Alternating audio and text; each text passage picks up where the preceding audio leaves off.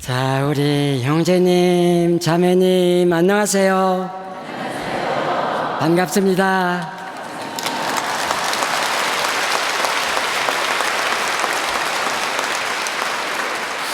대단히 많이 오셨습니다. 우리 성모어머님을 사랑하는 사람들입니다. 성모어머님을 사랑합니다. 예수님께서 당신의 어머니를 사랑하셨기 때문에 우리가 성모어머님을 사랑 안 할 수가 있겠습니까? 예수님께서 직접 성모어머님을 사랑하셨고 지금 우리들 안에서 우리를 통해서 계속해서 성모어머님을 사랑하십니다. 그것이 우리 가톨릭 신자들의 근본적인 태도라고 할까요? 신심이라고 할까요? 네, 성모어머님을 사랑합니다. 그런데 개신교를 말하는 것이겠습니다마는 같은 그리스도인이면서도 성모어머님에 대해서는 우리가 생각하는 것과는 다른 생각을 가지는 영대 자매들이 있습니다. 가톨릭에서 성모어머님의 신심이 지나치다. 한번 몇 년 전의 일입니다마는 이런 일이 있었어요. 제가 종로 성당 강당이었습니다. 다른 종교 지도자들과의 모임이었습니다. 다른 종교는 불교 대표가 있었고 원불교 대표가 있었고 천도교 그리고 유교 그리고 무당도 있었고요. 그리고 개신교 물론 대표가 있었고 천주교 유교인 나하고 대화를 가지는 것이었습니다. 제가 질문을 받고 답을 내주게 되어 있던 시간인데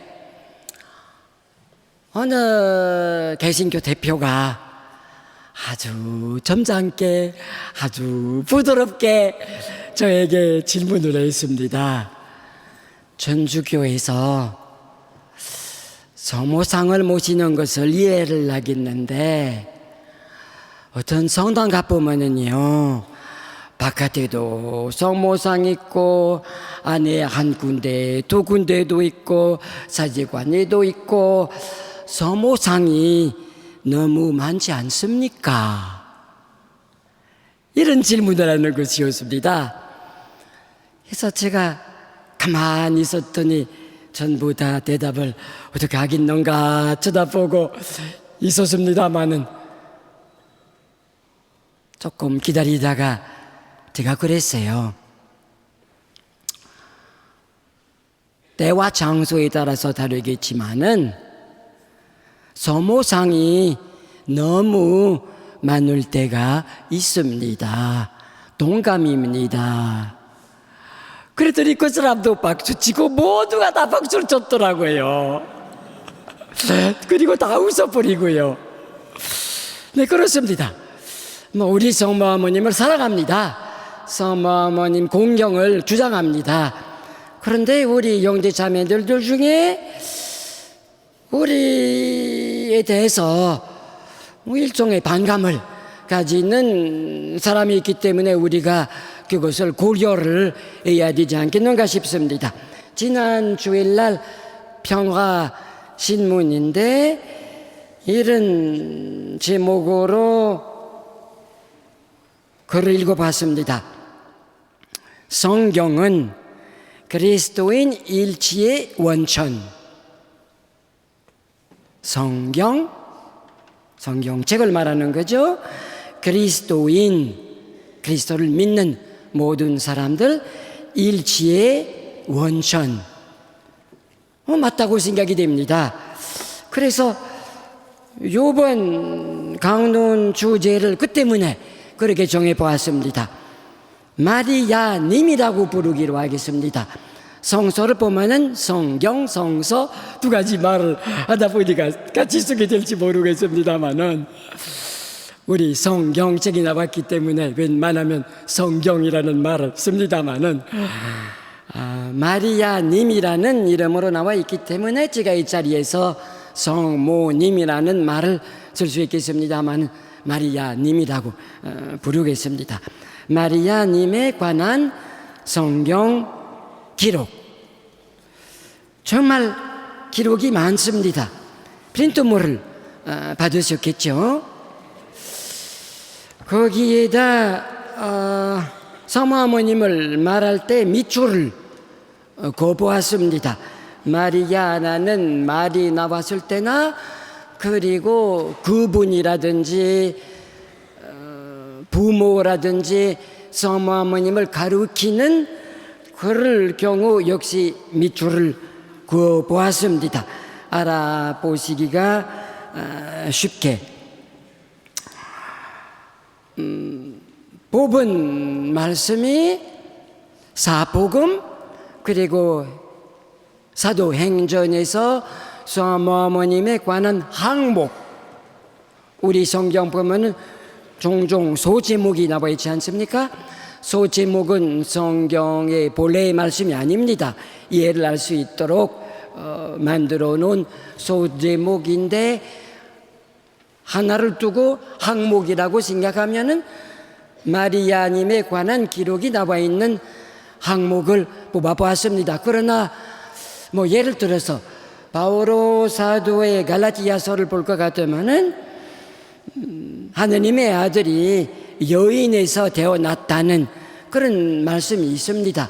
물론 그 여인을, 성모어머님을, 마리아님을 말하는 것입니다마는 그런 것을 제외하고, 그리고 장세기라든지 묵시록이라든지 역시 성모어머님을 암시하는 그런 구조들이 많이 있습니다만 이 자리에서 소개를 해드리진 않겠습니다. 자, 우리가 오늘 같이 공부를 해야 될 것 같습니다. 되겠습니까? 공부합시다. 그러면 성경에서 몇 가지만을 하나하나 저를 보면서 풀도록 하겠습니다. 먼저 6장에 나와 있는 이 프린트물의 6장, 마르코복음 6장 3절 보시겠습니까?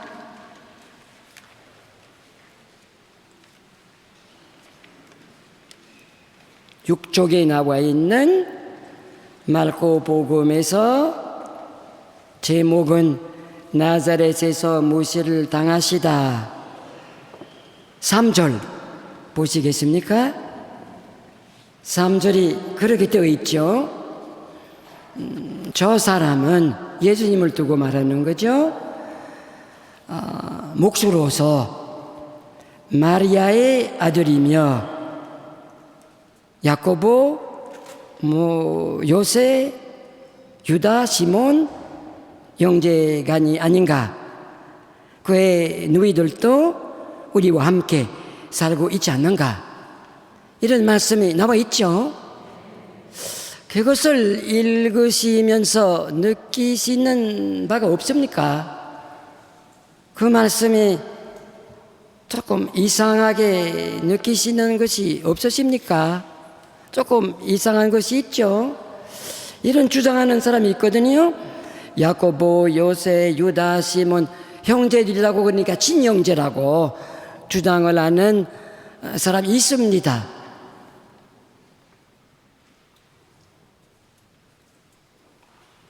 이상한 것이 분명히 있긴 있어요. 그 뭐냐 하면은 요셉 이야기가 안 나온다는 것. 요셉. 겉으로는 일반 사람들이 더구나 이 이야기는 나자렛, 예수님께서 살던 동네에서 일어난 일 두고 설명하는 건데 요셉 이야기가 안 나와요. 그거는 뭔가 이상하지 않아요.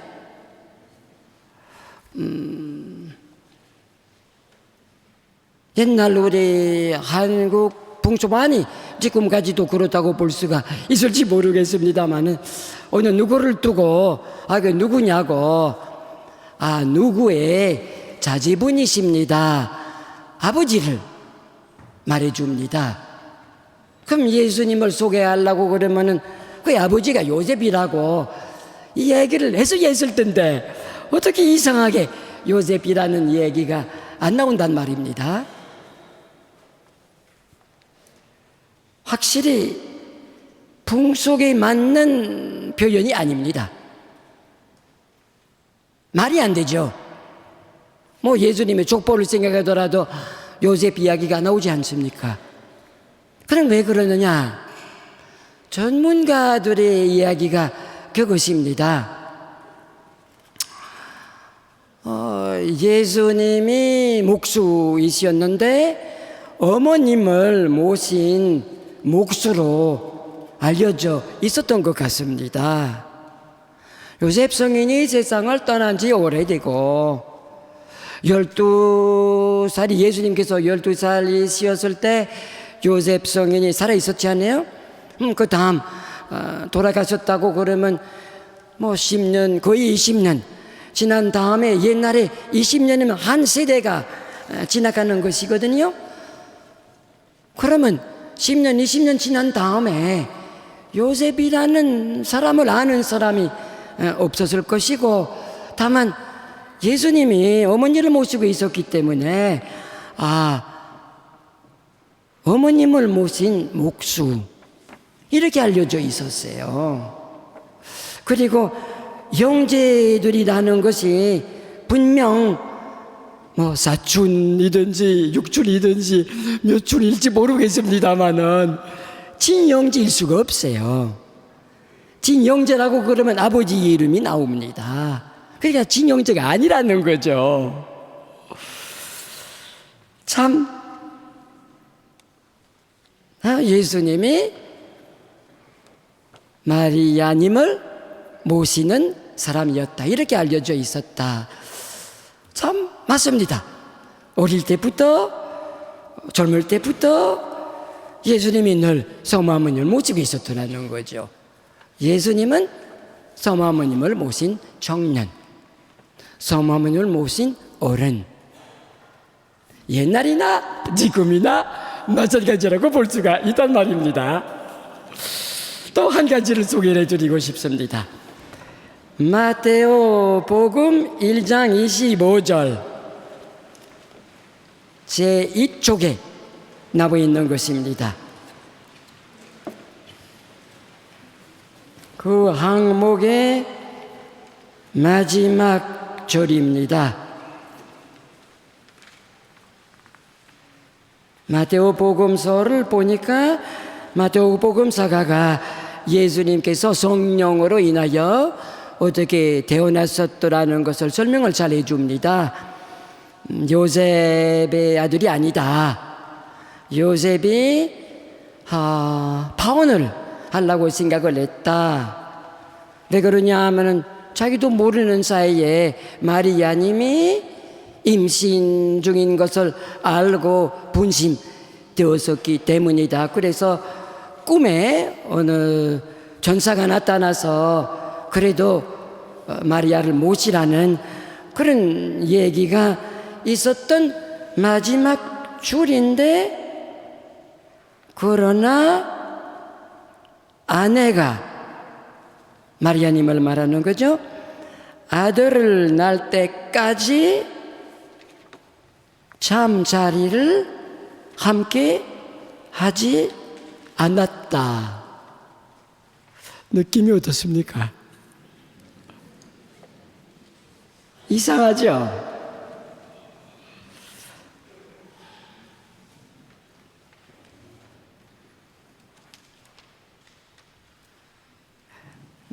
동침하지 않았다. 그것이 공동 번역의 말이었습니다. 전 번역이 잘못됐다고 생각을 합니다. 왜 그러냐 하면 한국말로 그때까지 뭐 성생활했다고 그러면 뭐그 다음부터 애떠라는 얘기가 되거든요. 그렇지 않아요? 그런데 전문가들이 이 얘기를 들어보면은 전혀 그런 뜻이 아니라는 거예요. 그러니까 번역한다는 것이 직역이라는 것이 있는가 하면은 의역이라는 것도 있습니다. 직역은 말 그대로만 이렇게 번역하는 것이고, 의역이라는 것이 뜻을 전달해 주는 번역을 말하는 건데, 우리 한국말로 그렇게 번역을 안 했으면 좋았을 거예요. 요번에 새 성경을 준비하신 분들이 수고가 많았습니다마는 그 점을 좀 바로 잡았으면 좋겠어요. 다시 한번 말씀드립니다마는 얘기가 뭐냐, 요셉 얘가 쭉 나오니까 결론이 분명 동정녀의 아들이었다. 예수님이 동정녀였다. 그때 가서 다시 한번 그것을 못 박는 그것뿐인데, 그 다음에 어떻게 됐더라는 것에 대해서는 전혀 생각을 하지 않았더라는 겁니다. 글을 쓴 마테오가. 그래서 언젠가 그 번역을 다시 좀 바로 잡아야 되지 않겠는가 하는 그런 생각이 들어요. 그것을 말씀드리고 싶었습니다. 질문을 받으실까 봐서. 자, 그 다음 소개를 해드리고 싶은 것이 주로 그런 기록을 소개를 해드리겠습니다마는 루카 복음서를 보면은 성모님, 마리아님이라고 부르고 그랬기 때문에 마리아님이라고 부르겠습니다. 10군데 11목 마리아님에 관한 기록이 있습니다. 그리고 루카 복음서의 서론을 볼 것 같으면은 루카 복음사가가 직접 예수님을 만나 뵌 일이 없습니다마는 상당한 연구를 했더라는 설명을 했고, 알아볼 것을 다 알아보았더라는 그런 설명이 나와 있습니다. 성모어머님의 심리에 대해서, 성모어머님의 마음에 대해서 자세하게 이야기를 할 정도 같으면은 반드시 루카 복음사가가 성모어머님을 직접 만나 뵙고 말씀을 직접 들었을 것이라고 생각이 됩니다. 안 그랬으면 성모어머님에 대해서 도대체 그렇게 쓸 수가 없었을 거예요. 성모어머님의 마음가짐까지도 소개를 하고 있기 때문에 너무 대단해요. 자, 탄생 예고 한번 보실랍니까? 6쪽에 나와 있는 거예요.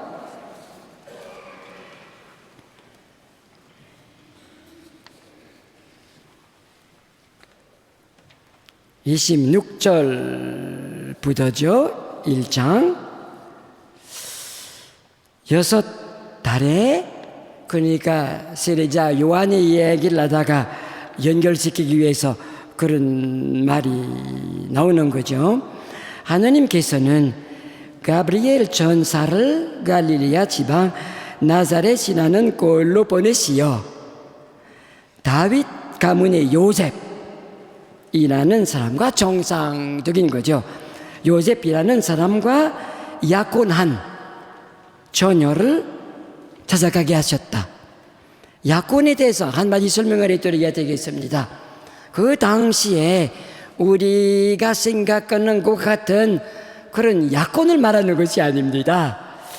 우리 약혼이라고 하면은 젊은 사람끼리, 가족끼리 합의를 해갖고 결혼을 하기 전에 공식적으로 남들 앞에서 사귀는 경우를 두고 약혼이라고 이야기를 합니다만, 옛날에 예수님 시대에 여자아이들 10살 될 때부터 가족끼리 합의를 해가지고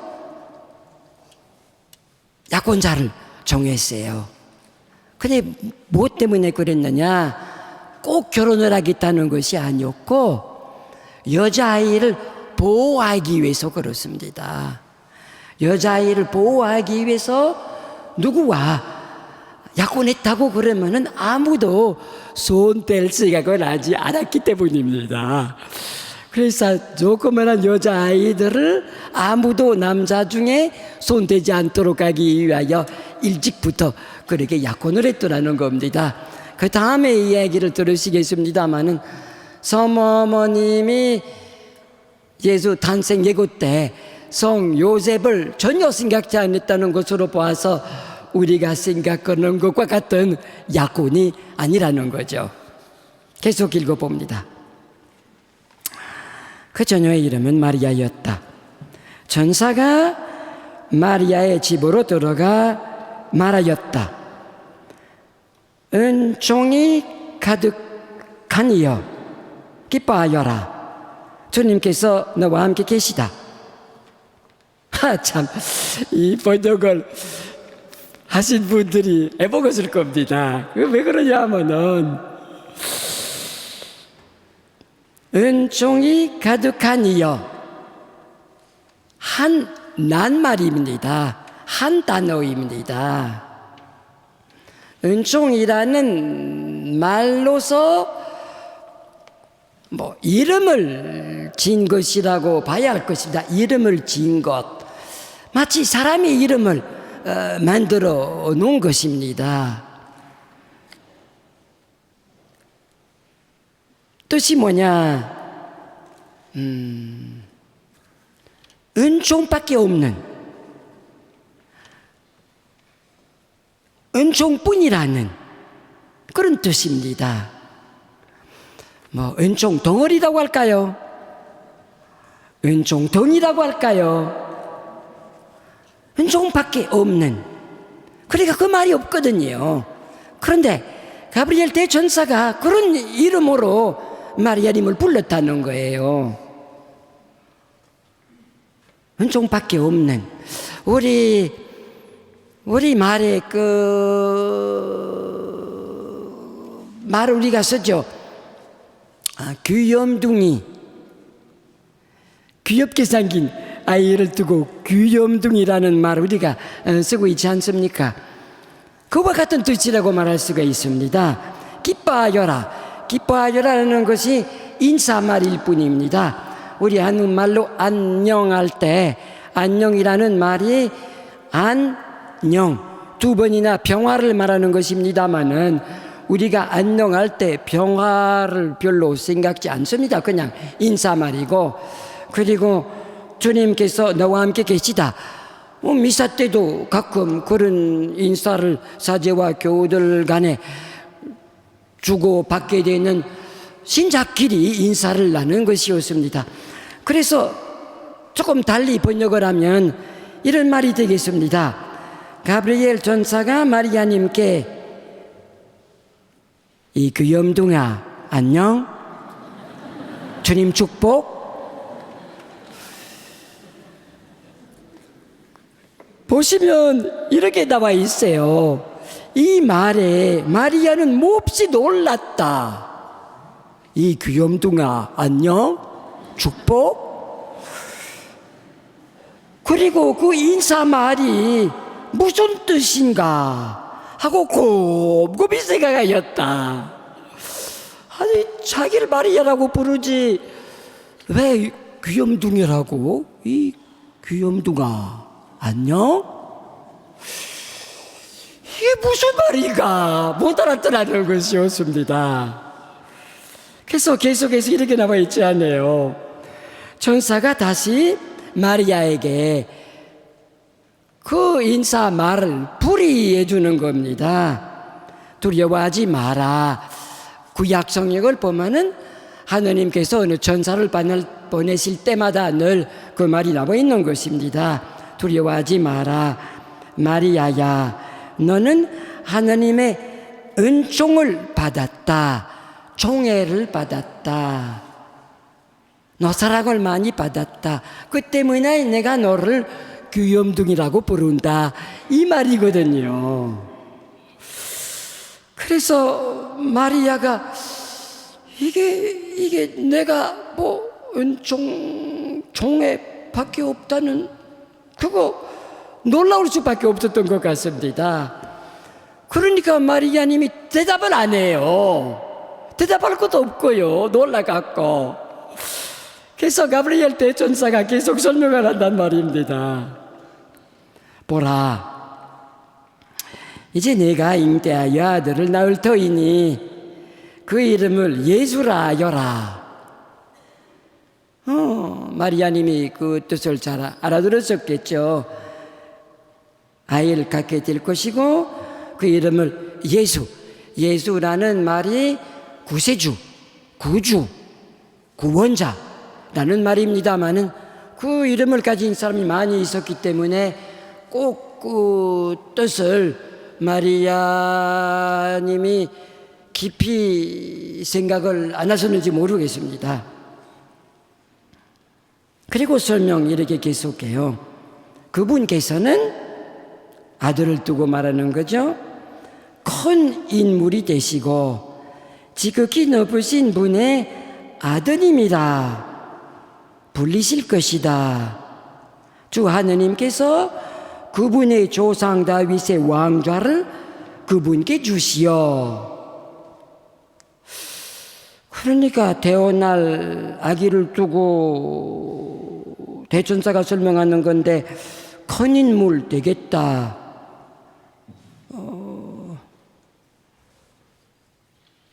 지극히 높으신 분의 아드님. 그 당시에 예언자들, 임금님들 다 그렇게 불렀어요. 하느님의 아들. 이스라엘 백성 두고도 전체를 두고 하느님의 아들이라는 기록도 있습니다. 구약 성경을 보면은 주 하느님께서 그분의 조상 다윗 왕자를 주겠다. 그래서 마리아님이 오호, 내가 아들을 낳을 것이고 임금님이 되겠다. 아마 그 생각을 가졌을 것입니다. 그냥 짐작하는 거죠. 잘 모르겠습니다만은. 그분께서 야곱 집안을 영원히 다스리시리니 그분의 나라는 끝이 없을 것이다. 다윗 왕에 대해서는 늘 그런 말을 썼기 때문에 마리아님이 그런 생각밖에 하지 않았을 것입니다. 그래서 마리아가 전사에게 저는 남자를 알지 못하는데 안다는 것이 성관계를 맺는다는 것을 말하는 겁니다. 마리아님이 처녀인데 성관계가 없는 사람인데 어떻게 그런 일이 있을 수 있겠습니까? 구약 성경을 보면은 삼손의 어머니, 사무엘의 어머니 그와 비슷한 하나님의 계시를 받고 아들을 갖게 되었습니다만 남편이 있었거든요.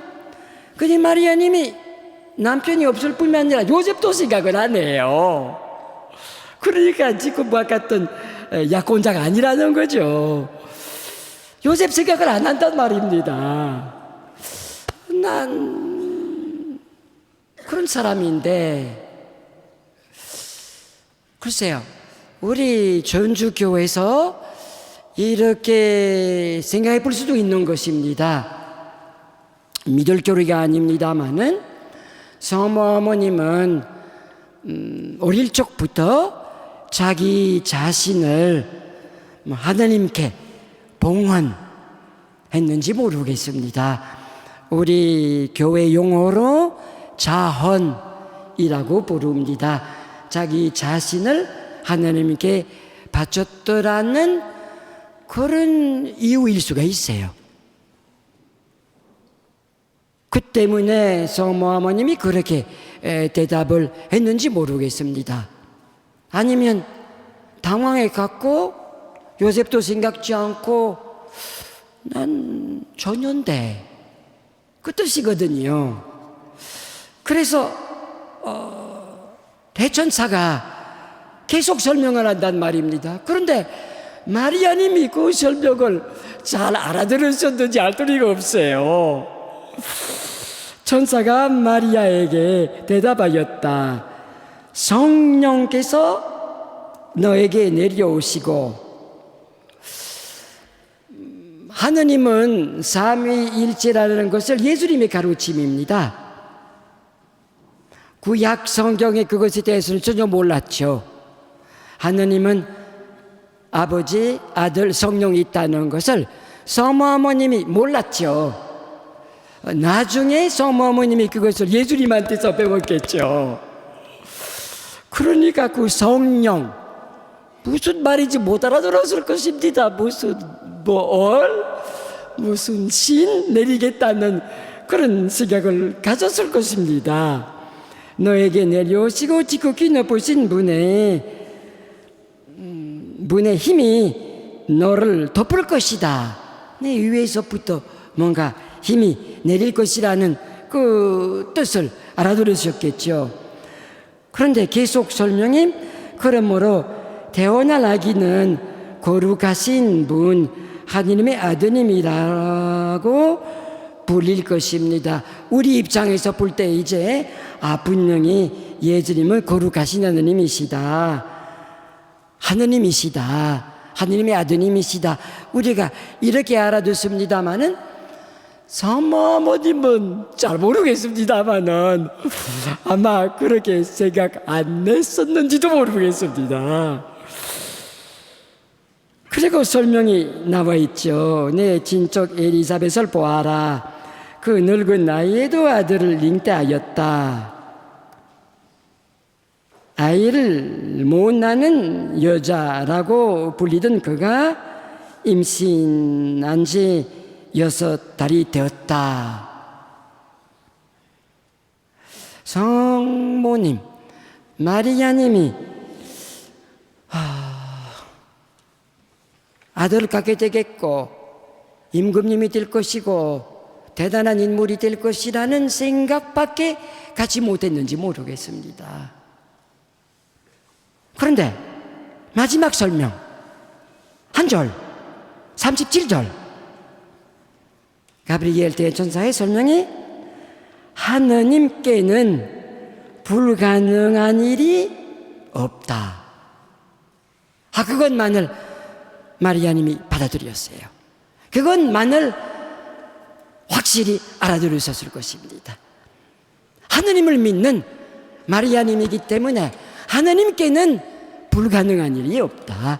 하느님께서 못하시는 것이 없다. 마리아님이 그것을 확실히 믿어요. 그래서 답을 합니다. 마리아가 말하였다. 보십시오. 저는 주님의 종입니다. 주님이면은 하느님을 말하는 거죠. 구약 성의 야훼, 여호와, 절대자 하느님, 주님이라고 말했던 건데 난 하느님의 종입니다. 종은 아무것도 갖고 있지 않는 사람입니다. 자기 자신에 관해서도 소유권이 없는 사람을 말하는 것입니다. 성모어머님이 자기 자신을 잘 생각하는 거죠. 하느님 앞에 정말 요정밖에 되진 않기 때문에 말씀하신 대로 저에게 이루어지기를 바랍니다. 한국말로 길게 번역을 하게 됩니다마는 라틴어로 피앗이라는 한마디 말로 번역을 합니다. 라는 것입니다. 성모어머님은 다 알아들으시는지 모르겠어요. 그런데 하나님께서 못하시는 것이 없다. 네. 그럼 그것으로 예수님을 잉태하게 되신 거예요. 너무 분명하고 너무 좋지 않아요? 참 성모님의 마리아님의 마음이 참 순수하고 깨끗하고 믿음이라고 이 얘기를 합니다만 조금 이따 그 믿음 얘기가 나오기 때문에 다시 설명을 드리겠습니다만 마리아님은 하느님의 계시를 받고 하느님께는 밖에 대답할 것 없었던 마리아님. 너무 마음씨가 좋으신 마리아님이시었습니다. 우리 마리아님을 좋아합니다. 그러면 이어지는 이야기가 이제 8쪽 되겠습니다. 엘리사벳 방문.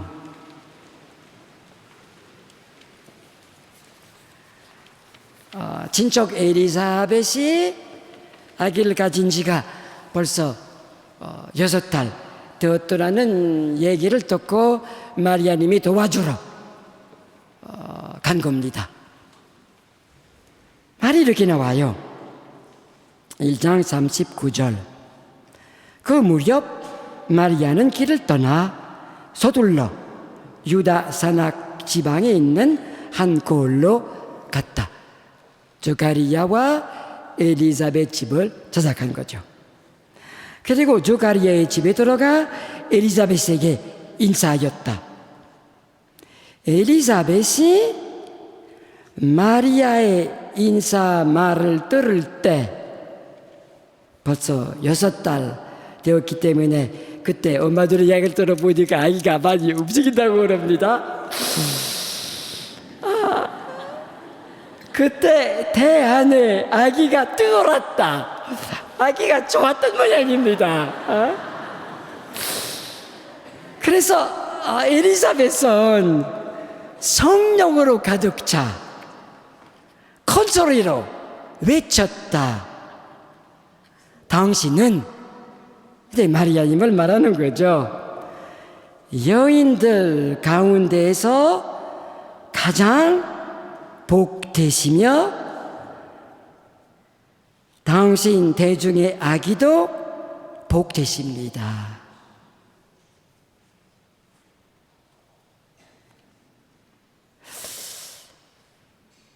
엘리사벳이 마리아님이 임신 중에 있더라는 것을 어떻게 알아들었을까?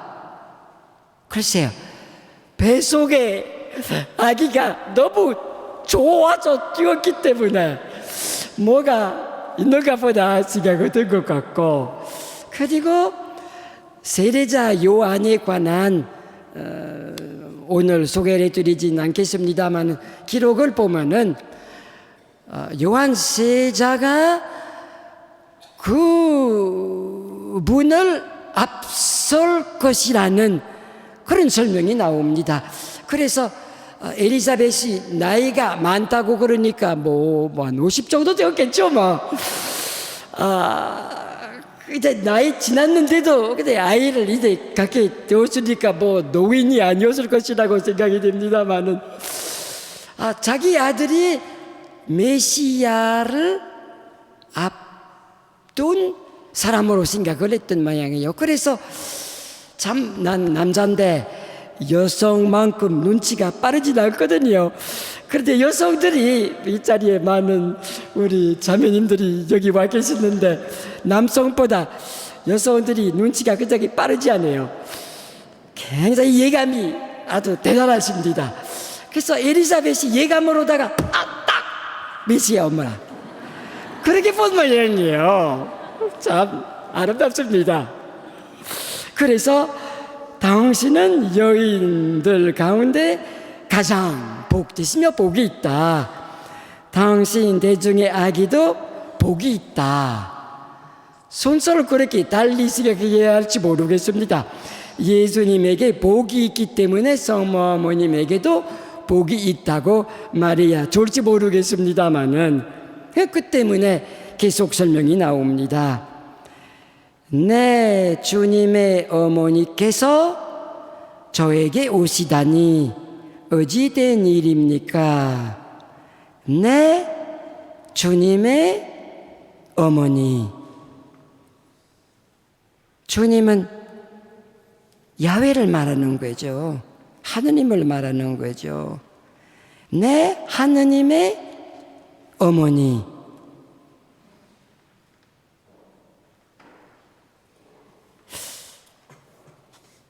우리가 성모송을 자주 바치죠. 성모송의 앞부분은 가브리엘 대천사가 마리아에게 말씀하신 말이 나옵니다. 그 다음 엘리사벳이 성모 마리아님에게 인사를 했던 말이 나오고, 그리고 뒷부분은 천주의 성모 마리아님, 천주의 성모, 그 말이거든요. 내 주님의 어머니. 마리아님은 하느님의 어머니. 우리 성모송 말마디가 바로 그것을 말하는 거죠. 엘리사벳이 내 주님의 어머니, 나를 찾아주시다니 어찌 된 일입니까? 보십시오. 당신의 인사말 소리가 제 귀에 들리자 저의 태 안에서 아기가 즐거워 뛰놀았습니다. 그런데 계속 말씀하시는 것이 그거죠. 다시 행복하십니다. 주님께서 하신 말씀이 이루어지리라고 믿으신 분. 엘리사벳이 성모 어머님을 그렇게 좋게 보시면서도, 하나님의 어머니로 보시면서도 믿으신 분. 그 때문에 아까 예수님 탄생 예고 이 얘기에서 성모 어머님이 전부 다 알아듣지 못했는지 모른다는 말씀을 드렸습니다. 마리아님은 어느 모로 보면 우리와 같은 사람이었습니다. 알아듣는 것이 있고 못 알아듣는 것이 있고, 하느님께서 하시는 일에 대해서는 알아듣는 것이 있고 못 알아듣는 것이 있고, 아이고 그 말마디가 참 너무 좋습니다. 성모 어머님은 믿음의 본보기, 성모 어머님은 하느님의 어머니이시면서도 우리와 같은 믿음을 가진 사람, 그 때문에 복이 있다. 마리아님도 믿으셨으니 복이 있다. 우리도 믿고 있으니 복이 있다. 이런 설명이라고 봐야 좋을지 모르겠습니다. 우리가 성모 어머님에 대해서 알고 있고, 우리가 성모 어머님에 대해서 말하는 그 모든 것들이 성경 기록되어 있는 그대로예요. 그대로 성경에 기록되어 있는 대로 성모송을 만들었고, 우리가 성경에 기록된 것을 그대로 받아들이는 사람들입니다. 그대로 받아들일 뿐이에요. 좋아갖고. 그 다음 또 이어서 우리 라틴 말입니다마는 마니피카치라는 말을 씁니다. 마리아님의 노래. 마리아님의 노래가 정말 너무 좋아요. 너무 좋아요. 먼저 한번 읽어보고 그 다음 그 뜻을 함께 생각을 해보겠습니다. 그러자 마리아가 말하였다. 내 영혼이 주님을 찬송하고 내 마음에 나의 구원자 하느님 안에서 기뻐 뛰니, 그분께서 당신 종의 비천함을 굽어보셨기 때문입니다. 이제부터 과연 모든 시대가 나를 행복하다 하리니 전능하신 분께서 나에게 큰 일을 하셨기 때문입니다. 그분의 이름은 거룩하고 그분의 자비는 대대로 당신을 경외하는 이들에게 미칩니다. 그분께서는 당신 팔로 권능을 떨치시어 마음속 생각이 교만한 자들을 흩으셨습니다. 통치자들을 왕좌에서 끌어내리시고 비천한 이들을 들어 높이셨으며 굶주린 이들을 좋은 것으로 배불리시고 부유한 자들을 빈손으로 내치셨습니다. 당신의 자비를 기억하시어 당신 종 이스라엘을 거두어 두셨으니 우리 조상들에게 말씀하신 대로 그 자비가 아브라함과 그 후손에게 영원히 미칠 것입니다. 이제 그 전체적인 그 뜻을 한번 같이 생각을 해봅시다. 마리아님은 하느님을 하느님으로 받아들이는 거죠. 말마디를 보십시오. 46절. 내 영혼이 주님을 찬송, 주님.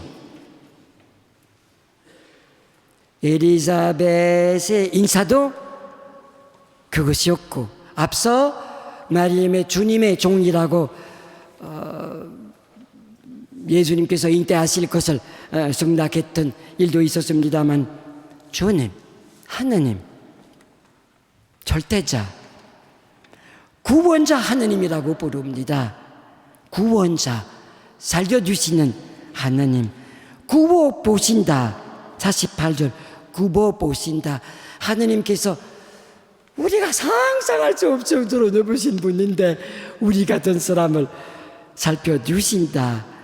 구워 보신다.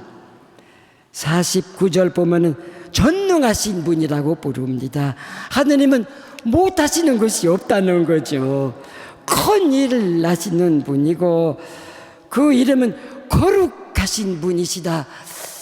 구약 성경에 기록되어 있던 이사야서의 말마디 그대로 마리아님을 말하는 것입니다. 하느님을 하느님으로 받들어 모시는 거예요.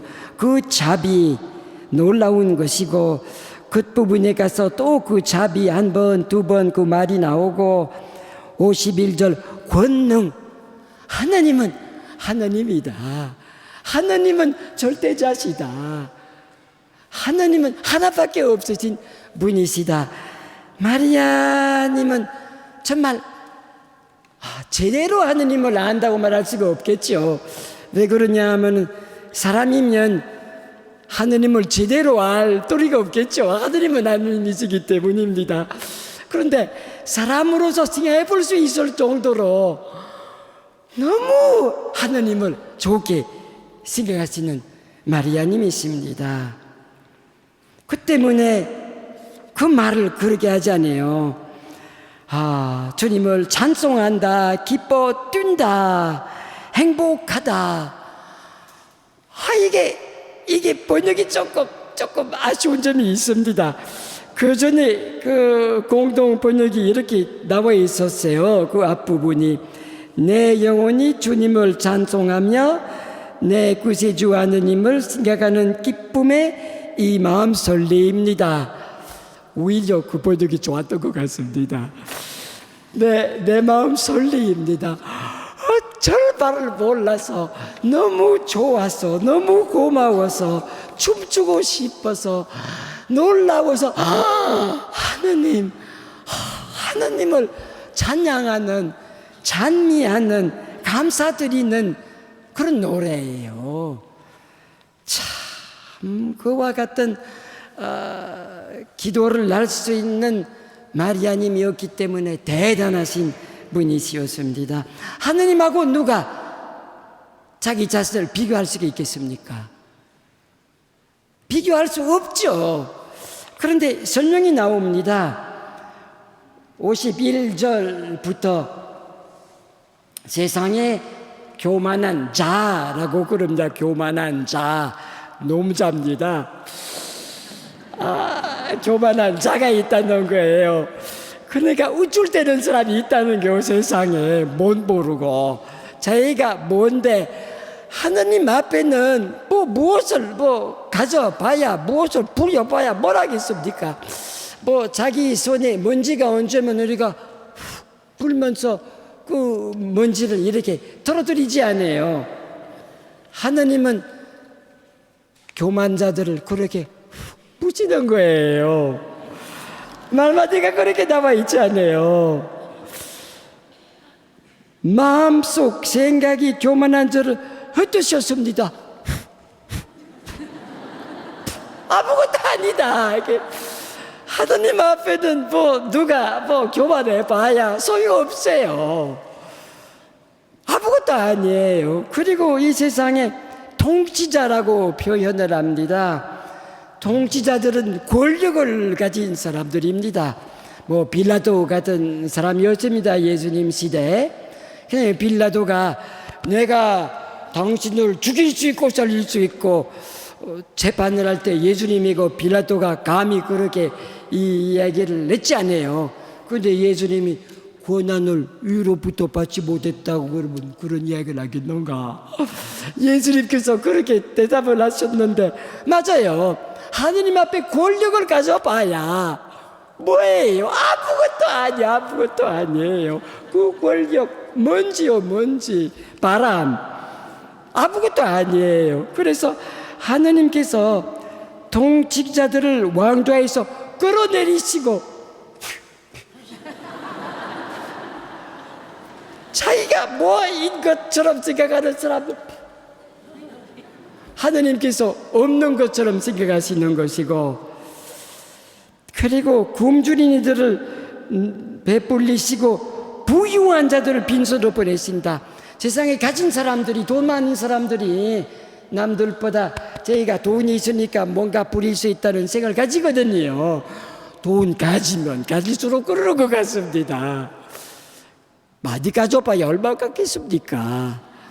이 세상 만물을 가지신 하느님 앞에 얼마, 뭐 몇 억, 몇십억, 뭐 백억, 뭐 어디, 뭐 서울만큼 큰 재산 있다 하더라도 뭐예요?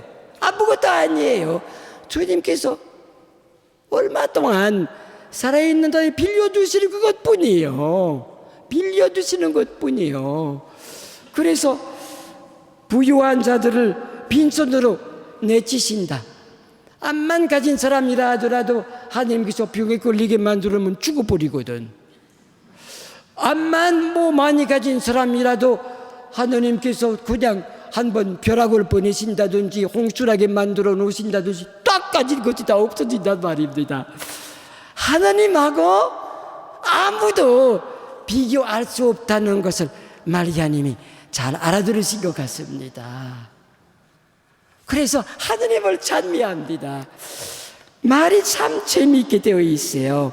교만한 자, 통치자, 부요한 자, 그놈들을 하느님께서 아무것도 없는 것으로 보시고, 그런데 그 대신 하느님께서 자비를 베풀어 주시느니 비천하니 굶주리느니, 이 높이는 말이거든요.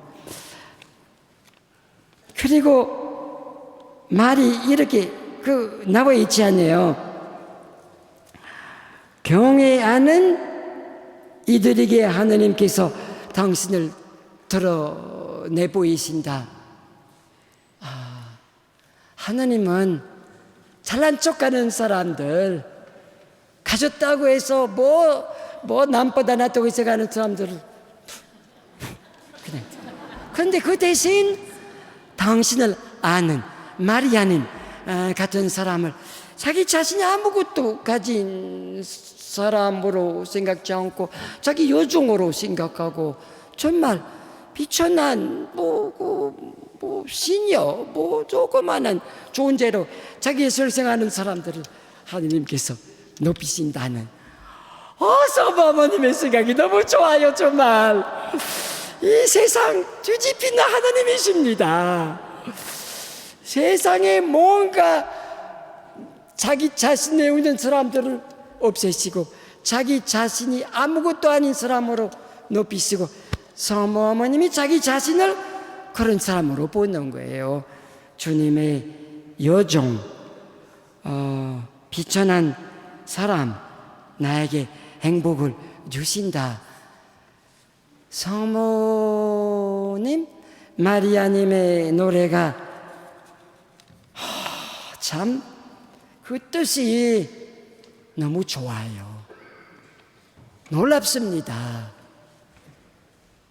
참 그 글을 누가 복음사가가 쓴 글이기 때문에 마리아님이 그대로 그 말씀을 하셨는지 안 하셨는지 모르겠습니다만 누가복음 사가가 사모님으로부터 직접 아까 말씀드린 대로 얘기를 듣지 못했다고 그러면 사모어머님이 그 정도 기도를 할 수 있다는 것을 상상도 하지 못했을 것입니다. 참 놀라우신 사모님, 너무 좋으신 마리아님, 참 사람을 제대로 보신, 하느님을 제대로 보시는 마리아님, 참 성경에 이런 기도가 있다는 것, 우리 레지오에서 매일 그 기도를 바치고 있지 않나요? 저 같은 사람이 성무일도를 바치고 있기 때문에 매일 저녁 기도 때 이 노래를 부릅니다. 성모 마리아님의 노래, 우리 공동체 노래, 우리의 노래. 마리아님이 어떻게 기도를 해야 된다는 것을 가르쳐 주신 거예요. 성경 말씀이 그렇게 나와 있어요. 성경 말씀이 너무 좋습니다. 정말 너무 놀랍습니다. 너무 고맙습니다. 그래서 그 노래를 우리가 정말 마리아님과 함께 하느님을 찬양하는 그런 노래로 부릅니다. 아쉬운 것이 역시 번역, 말마디를 조금 더 어떻게 와닿는 말로 번역을 했으면 좋았을 텐데, 글쎄 제가 우리 레지오 단원들에게 그렇게 제안을 할 수가 있을지 모르겠습니다. 언젠가 공모를 갖고 성모어머님의 노래, 마리아님의 노래 좀 와닿는 말로 누가 뭐 여러 사람이 만들어 보고, 그리고 어디 공모를 내 갖고 전문가들이 이제 맞는가 안 맞는가 한번 그렇게 했으면 좋겠어요. 우리가 어려운 말로 성모 마리아의 노래를 부르는 것보다 좀 더 와닿는, 설레일 정도, 이게 좀 춤추고 싶은 그런 마음으로 그 노래를 우리도 해야 되기 때문입니다. 두 가지만을 계속 설명을 해드리겠습니다. 잘 알고 계시는 거죠? 요한 복음서에서 한번 보시겠습니까?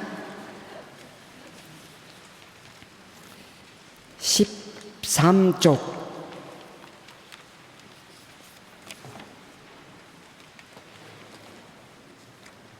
요한 복음서를 보니까 마리아님에 관한 항목이 셋이요. 하나는 가나의 혼인 잔치 이야기입니다. 우리가 잘 알고 있죠. 갈릴리아 가나에서 혼인 잔치가 있었는데 예수님의 어머니도 거기에 계셨다. 예수님도 제자들과 함께 그 혼인 잔치에 초대를 받으셨다. 근데 포도주가 떨어지자 예수님의 어머니가, 역시 여성들은 눈치가 빠르죠. 예수님의 어머니가 예수님께 포도주가 없구나 하였다. 예수님께서 어머니에게 말씀하셨다. 여인이시여. 여인이시여라는 말이 어머님이라는 말입니다. 그 어머니를 높이는 말일 뿐입니다. 여인이시여, 어머님, 그 말이죠. 어머님으로 번역을 했으면 더 좋았을 것입니다만, 저에게 무엇을 바라십니까? 아직 저의 때가 오지 않았습니다. 예수님께서 마리아님께 이렇게 대답을 했더니, 역시 여성들의 참 그 눈치가 빠르고, 그리고 주장도 세요. 그분 어머니는 그 말을 들었어도 일꾼들에게 무엇이든지 그가 시키는 대로 하여라 하고 말하였다. 그 말이 너무 좋지 않아요? 무엇이든지 예수님이 시키시는 대로 하여라. 마리아님의 사명, 마리아님의 역할, 마리아님이 말씀해 주시는 것, 예수님께서 시키시는 대로 하라고. 정말 마리아님다운 말입니다. 맞습니다. 분명합니다. 마리아님은 예수님밖에 생각지 않습니다. 예수님이 뭐든지 시키시면 하라고 일러주시는 마리아님이십니다. 우리에게도 나에게도 그렇게 말씀하시는 마리아님이시다. 고맙지 않아요? 너무 좋아요. 그리고 또 한 가지 19장에 나와 있는 것이 프린트물을 보시면 15쪽에 나와 있는 겁니다. 십자가에 달리시면서 26절 이렇게 나와 있죠. 예수님께서는 당신의 어머니와 그 곁에 사랑하시는 제자를 보시고 어머니에게 말씀하셨다. 여인이시여, 역시 어머님, 이 사람이 어머니의 아들입니다. 본문을 보니까 당신의 아들입니다. 그런데 한국말로 당신의 아들이라고 그러면 말이 어색하기 때문에 다시 어머니라는 말을 뒤풀이했습니다. 이런 말이겠죠. 어머님, 이 사람이 어머님의 아들입니다. 이어서 그 제자에게 요한을 말하는 거죠. 이분이 내 어머니시다 하고 말씀하셨다. 그때부터 그 제자가 그분을 자기 집에 모셨다.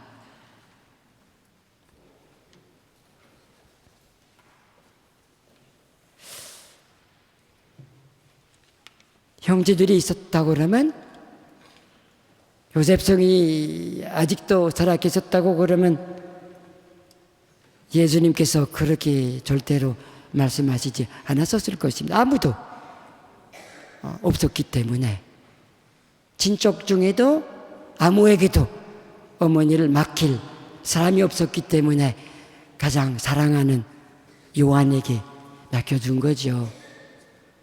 그런데 요한이가 마리아님을 제 집에 모셨다. 예수님께서 시키시는 대로 하긴 하셨습니다마는, 사도행전 볼 것 같으면은 마리아님이 사도들하고 함께 기도를 했더라는 기록이 있거든요. 맨 나중에 기록되어 있는 프린트물을 보시면 맨 나중에 기록된 것이 사도행전. 그러니까 요한은 한 사람만을 말하는 것이 아닙니다. 공동체를 말하는 것이고, 우리를 말하는 것이고, 나를 말하는 것이다. 예수님께서 나에게 당신의 어머니를 맡기셨다고 보면 맞을 것입니다.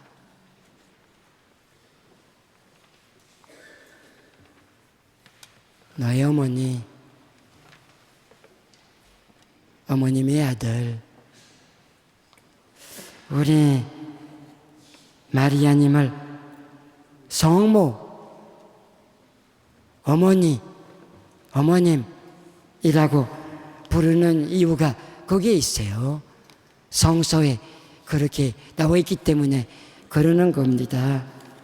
그것도 참 너무 고맙고 너무 좋고, 마리아님이 그 사명을 다 완수하시고 제자에게 맡겨줬었는데 우리가 마리아님을 모시고 있다는 거죠. 자, 성경에 기록되어 있는 몇 가지를 함께 생각을 해보았습니다. 성경 기록이 많고 분명합니다. 성경 기록이 충분합니다. 그것으로 만족합니다. 우리 개신교 다니시는 형제 자매들에게 기회가 있을 때 그것을 우리 안내를 합니다. 네, 안내를 하십시오. 그런 성경 기록이 다 있다는 것을 아마 자기네들이 잘 모를 것입니다. 알면 우리의 태도를 이해를 할 것만 같습니다. 그런 점도 있고요. 그리고 우리에게도 성경에 기록되어 있는 것을 기준으로 우리 신앙생활하고 있잖아요. 그래서 참 성경의 기록들이 그렇게 분명한 그리고 많기 때문에 우리 마리아님을 떳떳하게 모시고 삽니다. 저 같은 사람이요, 이 자리에서 솔직히 말씀드립니다. 전 성경의 기록들이 이렇게 나와 있기 때문에 성모어머님을 무척 존경하고 그리고 사랑합니다. 그런데 모르겠어요. 어떤 사람에게 마리아님이 나타나셨고 무슨 계시를 하고 무슨 말씀을 하신다 해도 전 솔직한 말씀입니다. 관심이 없어요. 관심이 없어요. 성경 기록이 그렇게 분명하기 때문에 거기에다 보탤 것도 없고요. 그 성경 기록대로 이건 2000년 전부터 쭉 내려온 우리의 전통, 성경의 기록대로 이제 하나님의 말씀이기 때문에 그것으로 충분히 성모님을 모시는 삶을 살 수 있다고 봅니다. 참 난 그 성경 기록 때문에 긍지를 느낍니다. 떳떳하다는 신앙생활을, 사제생활을, 유교생활을 하고 있습니다. 하나님의 가르침 그대로, 있는 그대로 받아들입니다. 그 요약한 것이 서모송에 나와 있기 때문에 우리가 매일 그것을 되풀이하지 않아요. 왼쪽에 가득하신 마리아님, 기뻐하소서.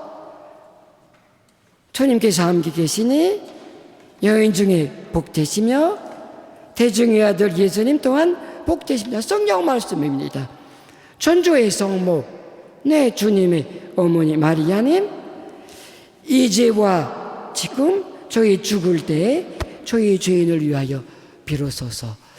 이 성모성이 성경에 기록되어 있는 모든 것들을 요약한 것이라고 볼 수가 있습니다. 그래서 제 말씀을 끝을 내면서 함께 성모성을 바치면 좋겠네요. 같이 바칠까요? 그대로 앉아 계시는 자리에서 함께 바치겠습니다. 은총이 가득하신 마리아여. 잘못했습니다. 다시 해요. 은총이 가득하신 마리아님, 기뻐하소서. 주님께서 함께 계시니 여인 중에 복되시며 대중의 아들 예수님 또한 복되시나이다. 천주의 성모 마리아님, 이제와 저희 죽을 때 저희 죄인을 위하여 빌어주소서. 아멘. 감사합니다.